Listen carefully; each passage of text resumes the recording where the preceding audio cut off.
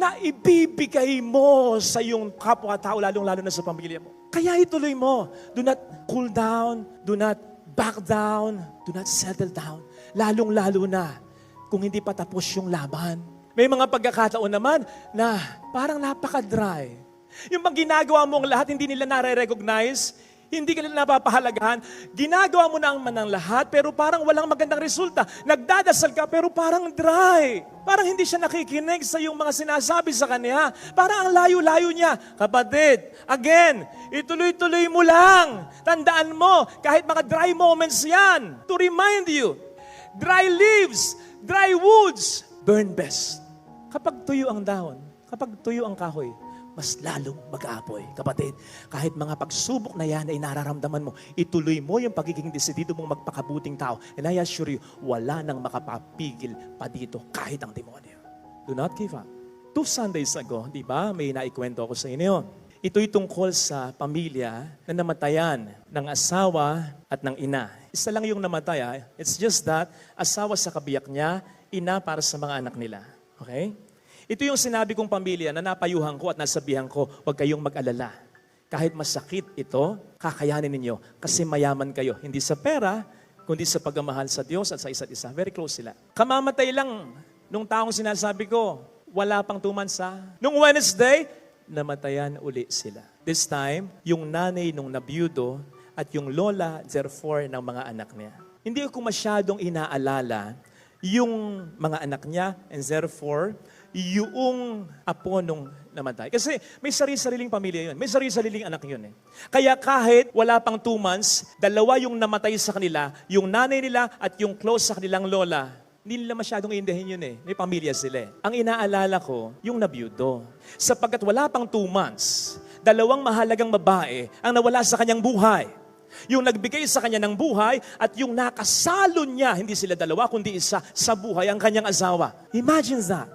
Eh araw-araw pa naman makikita mo, nasa sementeryo, dinadalaw ang misis niya kapag kumakain daw yan. Kapag silang pamilya ang kumakain, kasama ng mga anak niya, may bakanting upuan sa tabi niya, pinaghahain niya ang misis niya. Kahit mag-is.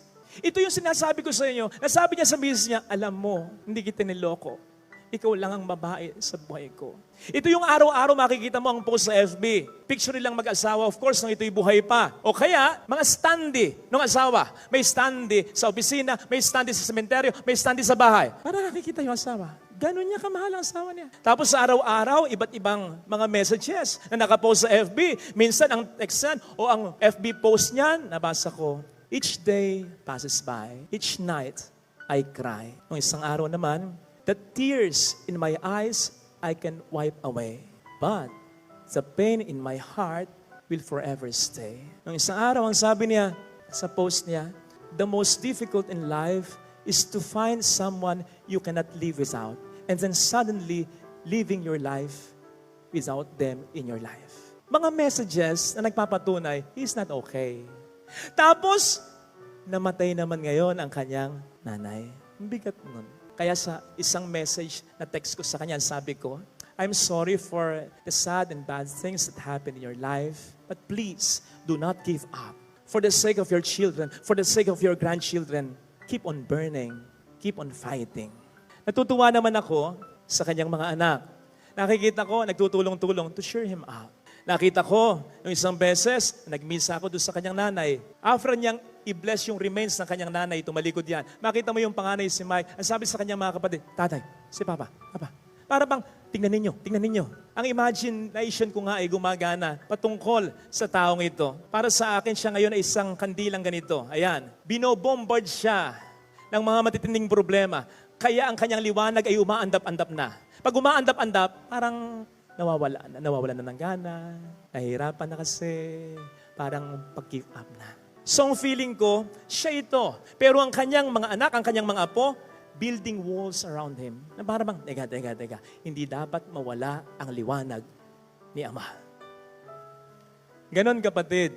Kapag inspirasyon ka sa iba, lalong-lalo na sa iyong pamilya, magtutulong-tulong sila at paparamdam nila sa inyo na ayaw ka pang nilang mawala sa buhay nila. Kaya sana, sa mga liwanag sa iba, lalong-lalo na sa pamilya, sa mga taong nagbibigay hindi ng kadiliman, kundi ng kaliwanagan ng pag-asa sa kanilang pamilya, ano man ang problema, gaano man kahirap, kahit aandap-andap na, do not give up. Keep on burning. Keep on fighting. Hindi ko nga po alam kung bakit kapag may birthday, pinapatay nung may birthday yung kandila sa kanyang cake. Honestly, wala pa akong nabasa o napanood o kaya ay narinig tungkol ditong paliwanag. Ha? Ito lang ang aking sapantaha. Di ba? Yung may birthday. Bago niya i-blow yung candle, i-put out yung candle, magwi-wish o magpe-pray siya. At tahimik siya. Sinisigurado ko sa inyo, para sa mga matured ones, at lalong-lalo na para sa mga taong liwanag sa kanilang pamilya, magdasal man sila ng kabuhayan, magdasal man sila ng magandang negosyo, trabaho, magdasal man sila ng pera, magdasal man sila ng mahabang buhay, magandang kalusugan, magdarasal sila ng kayamanan, ng kalusugan, hindi para sa kanila, kundi para din sa mga tao na nililiwanagan ng buhay nila. At pagkatapos nun, yung candle ay ipuput out, papatayin na nila. Kaya't para sa akin, yung practice na yan, done solemnly, done meaningfully, ang pinapakita niyan ay ganito. Yung may birthday, kapag nagdarasal, ay parang sinasabi, Lord, papagningasin mo pa po ang liwanag ng buhay ko.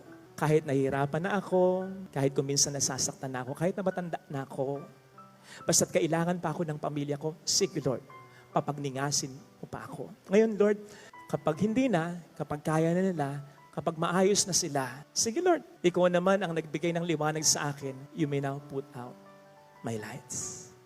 Sana ganun ang prayer natin, ha? Hindi lamang kapag tayo nagbe-birthday, kundi araw-araw. Kasi kapag ganun ang dasal natin, ibig sabihin, we are striving our best to be the light for others. Lalong-lalo na para sa ating pamilya.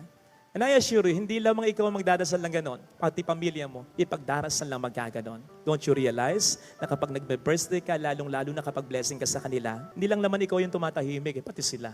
Hindi dahil nagwi-wish ka, hindi dahil nagdarasal ka, kaya tumatahimik sila. Kaya sila tumatahimik kasi nagdarasal din sila. Without you knowing it, ang pinagdarasal nila, looking at you, celebrating your first anniversary, Lord, napakabait ni Papa, napakabait ni Mama. Lord, napakabait ng anak kong yan. Lord, napakabait ng kapatid kong yan. Sana mabuhay pa ng matagal yan, Lord. Huwag sanang magkakasakit ng malubhayan, Lord. Sana laging may opportunity yan, Lord, para makatulong pa sa amin.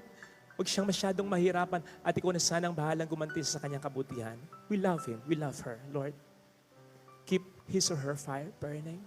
Ito sana ang buhay na magkaroon tayo. Buhay na kalugod-lugod and always on fire para sa Diyos at para sa ating kapwa-tao.